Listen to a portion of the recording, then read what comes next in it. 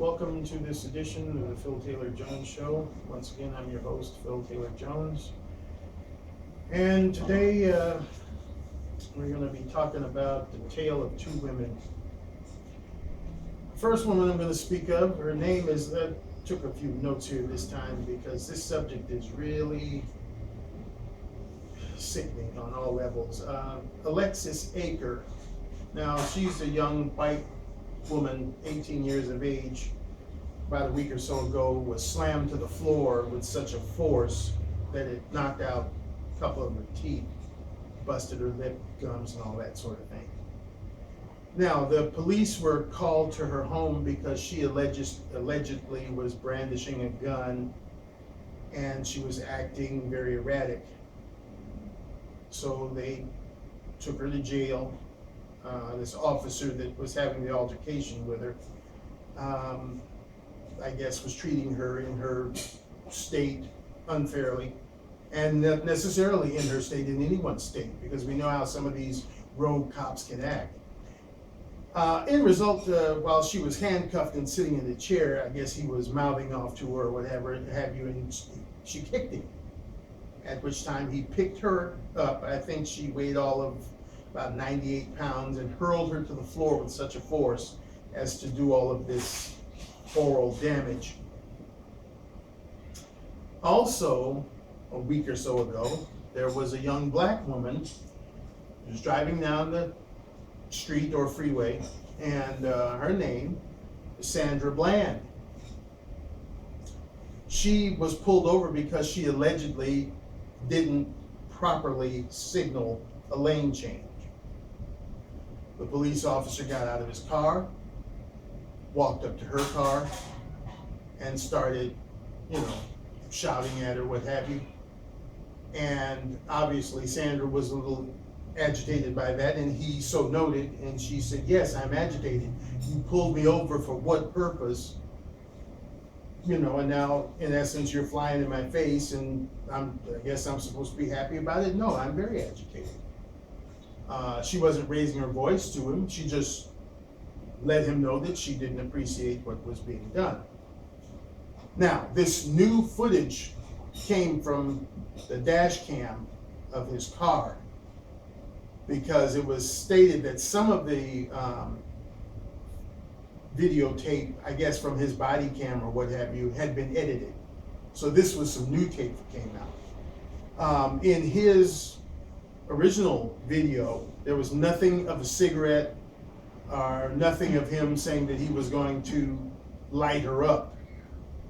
But getting back to the original story, as he began talking to her, he made a request that she put out her cigarette. She then told him it was her car and she had the right to put the cigarette out. And as the argument ensued, he then snatched open the door and ordered her out, at which time he said, if you don't get out of this car, I'm going to light you up. Then she actually did get out of the car. He began pushing her down to the floor, or to the ground, banging her head numerous times, at which time she said, why are you banging my head on the ground? I can't hear, several times. He took her to jail. In result, she ends up dead. Tale of two women. White girl actually kicks the raging officer, gets hurled to the floor. In result, family has to cover a bit of dental work. Black lady didn't do anything. She's coming home from wherever it was she was coming from, a meeting, or maybe she was doing some shopping. She gets yanked out of the car. In result, her family now has laid her to rest. Funeral. When will the madness end? Seemingly never. Because the more they do it, the more they do it. Trayvon Martin, Mike Brown, Gardner, the fellow in Baltimore, his name escapes me, Tamir Rice. And now, this is not the first black woman to go down. by any manner of means, but with these past names I mentioned, there was some kind of criminal overtone. Whether or not that was the actual case, there was an overtone. This was an innocent woman. Woman, I reiterate. Just coming home. Now, maybe the one fatal thing that she did was she used her First Amendment rights as part of the Black Lives Matter movement to make some videos talking about what? Police brutality. Now, whether or not this officer that actually was the perpetrator of this crime, because as I alluded to in another show, he knows he killed her, I know he killed her, and everybody that knows his story, more importantly, her parents and family, knows that he killed her. Perhaps he had been watching these videos, perhaps he didn't. Maybe he just wanted to kill somebody black, which is usually the case. And she was his victim of the day. This is ridiculous. Again, I ask, when will the madness end? This is a nation that has gone mad. It's out of control. Black folks everywhere are now walking around with a target on their foreheads. Oh no, Phil, don't say that. Well, doesn't the evidence dictate that? A duck is a duck if it walks like a duck and it quacks like a duck. It's a duck. Now, again, I'm not going to, throw all of the police officers under the bus. There are some out there that are actually out there to do what they say, and that's protect and serve. But it seems that there is a vast majority of them that are rogue cops who have a deep-seated hatred for black folks. Deep-seated. And the reason that I say deep-seated is because this isn't something that just started happening a month ago. We can go back 150, 175, maybe 200 years ago. It seems that black bodies have been stacking up for a long, long time. I said in another show, in fact, I made a show, Black Lives Matter. I say in that show that all lives matter. And I still, to the greater degree, stand behind that. But then as the black bodies started stacking up, just say in the last couple years, I can understand fully and fully support the Black Lives Matter movement, because I don't see a whole lot of white folks being killed and stacked up by black policemen. I'm not saying that there isn't, it's just not televised, it's not well known, but it seems like every time you pick up a newspaper, every time you turn on a radio, every time you look at telly, there is some white cop killing some black person. It can be a young black male, it can be a young black female, it can be an older black female or male. It doesn't seem to matter, just as long as they're black. You're dead. But now, just for a turn signal? And this white girl kicks a cop and still lives to tell about it, just getting a little dental work done? Anybody with an ounce of brains would understand that there is something definitely wrong with the moral fiber in this country. Do I hate America? No, I do not. It's a beautiful country. This is a beautiful rock we live on. Do I hate the governance that is within it by, the way it's run? Yes, I do. I hate it. It's ridiculous. And no one seems to care. Every ethnicity has done wrong. Every ethnicity gives people of other ethnicities a reason to say, well, look at that. It's not just the black folks who act like fools. It's just not the white folks that act like fools, or any other ethnicity that may be in the vicinity. Everybody can act like a fool. But should that person be killed by those who will wear badges and take an oath to protect us? I think not. And then here comes the gun control thing. Well, what about the policemen? Should they have gun control? Because they ain't exactly killing people with baseball bats.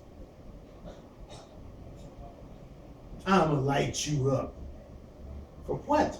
The woman hadn't done anything. You don't take people to jail just because they improperly lane change. Now, if you pull them over and find out they're drunk as can be, well, yeah, you've got a reason to take them to jail. You just wouldn't write them up a citation and send them on down the road totally loaded with a snoot full. You'd have to incarcerate that person. But this woman was not inebriated. She was in the full facilities of her mind. But yet she ends up dead, basically because of a turn signal. Well, yeah, that may be the tip of the iceberg. But if the woman had been white, would she still be alive? I think she would. So where do we go from here? Nobody is willing to fix this. Nobody is trying to do anything to fix it. You take this person that's in the White House, look at what he did. Now, I know I'm kind of going a bit off subject, but I mean, just to think of this, it makes me mad too. Whitney Houston passed on.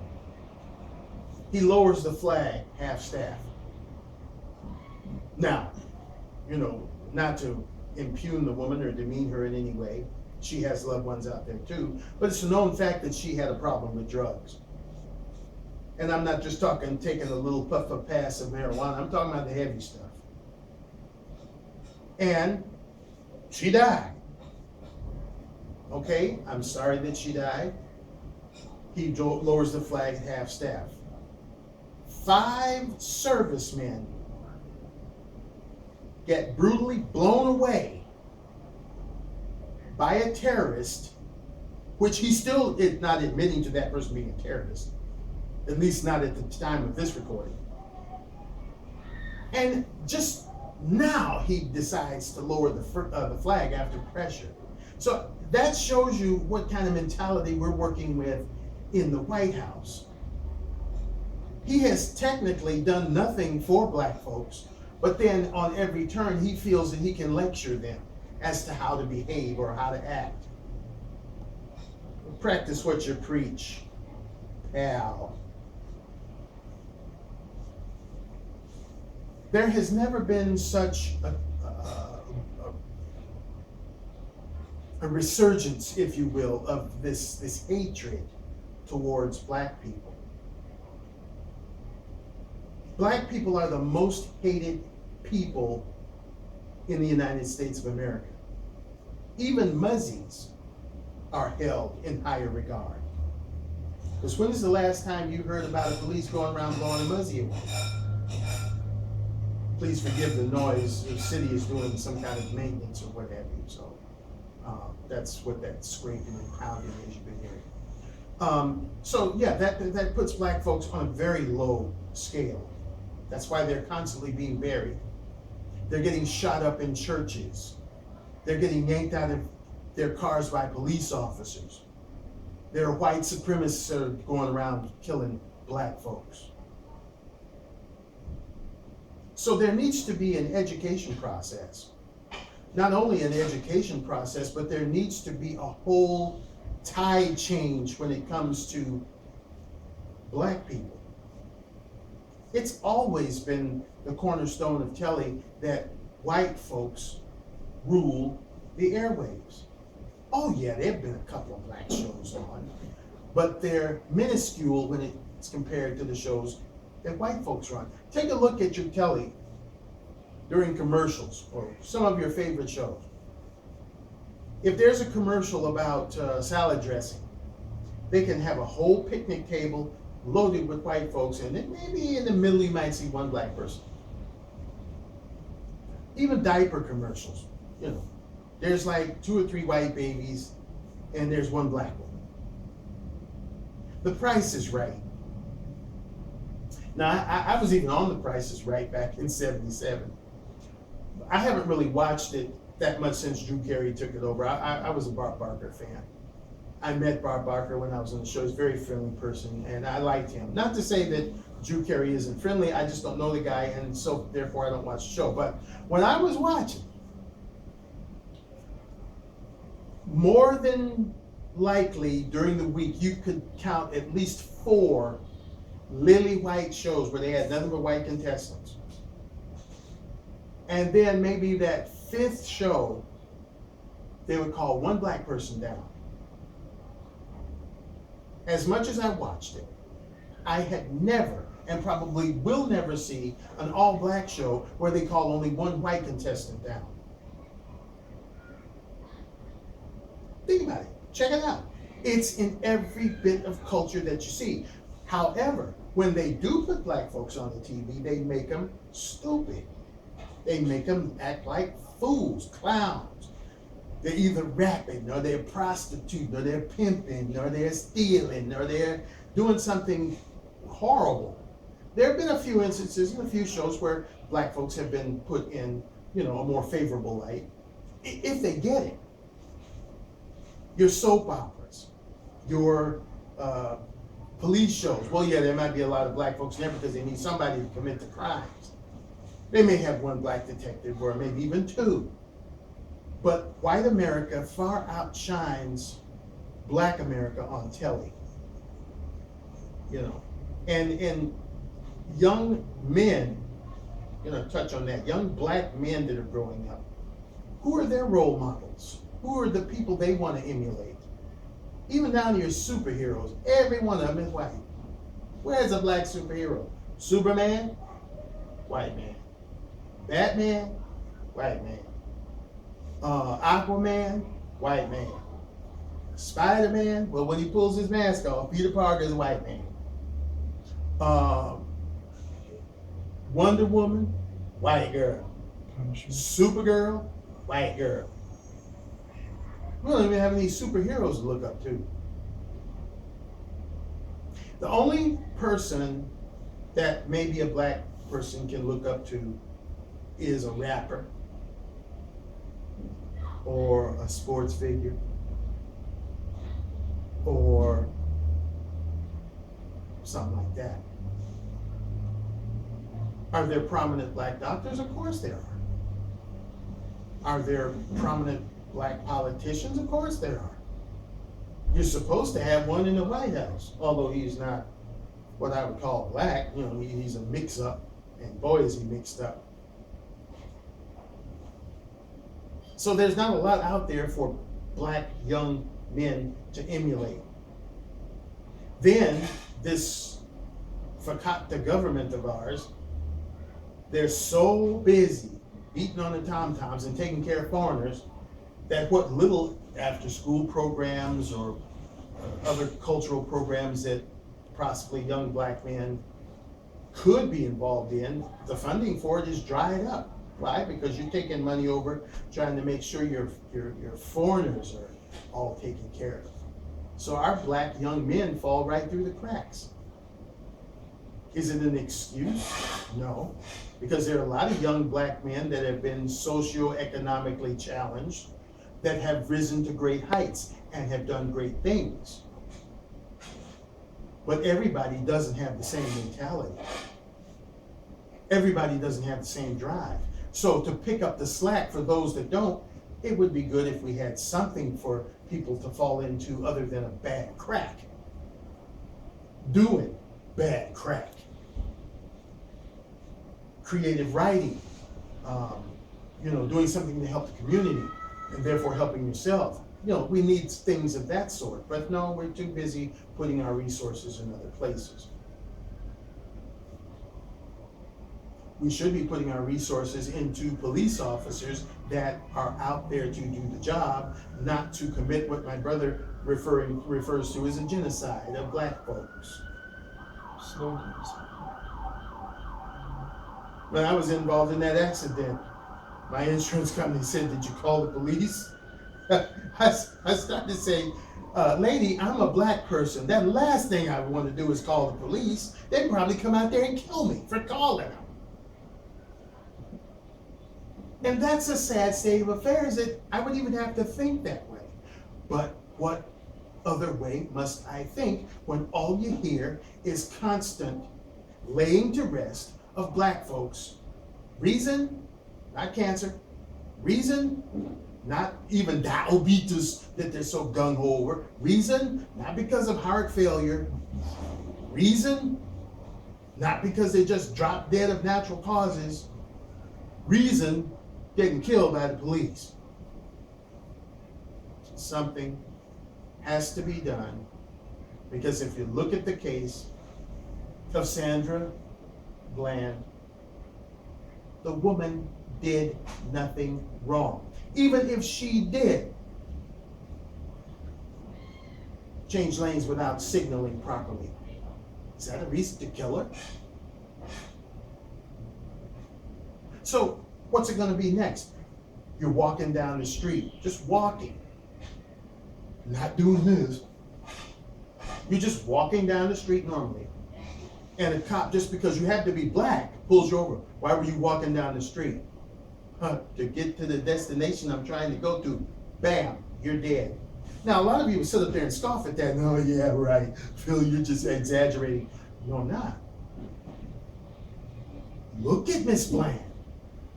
She did nothing wrong and she's dead. So how far are these road cops willing to go to kill niggas? Oh, you said the N-word. Yeah, you're damn right I said it.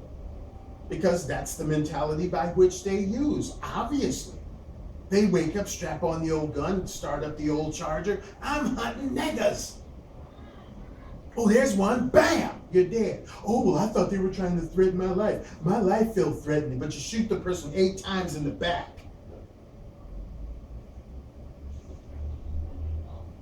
Usually a person is threatening, when they're coming towards you, not running away from you. In the case of Mr. Scott, 8 bullets in the back. So there's a lot to be considered here, ladies and gentlemen. Do black lives really matter? Based on the evidence of the past couple of years, my answer to that would be a resounding hell no. They don't matter. But I'll leave you with this question. If black lives don't matter, and for the sake of suppose they were really able to exterminate them, check your ethnicity and ask yourself the poignant question: am I next? Thank you for watching the Phil Taylor Jones Show.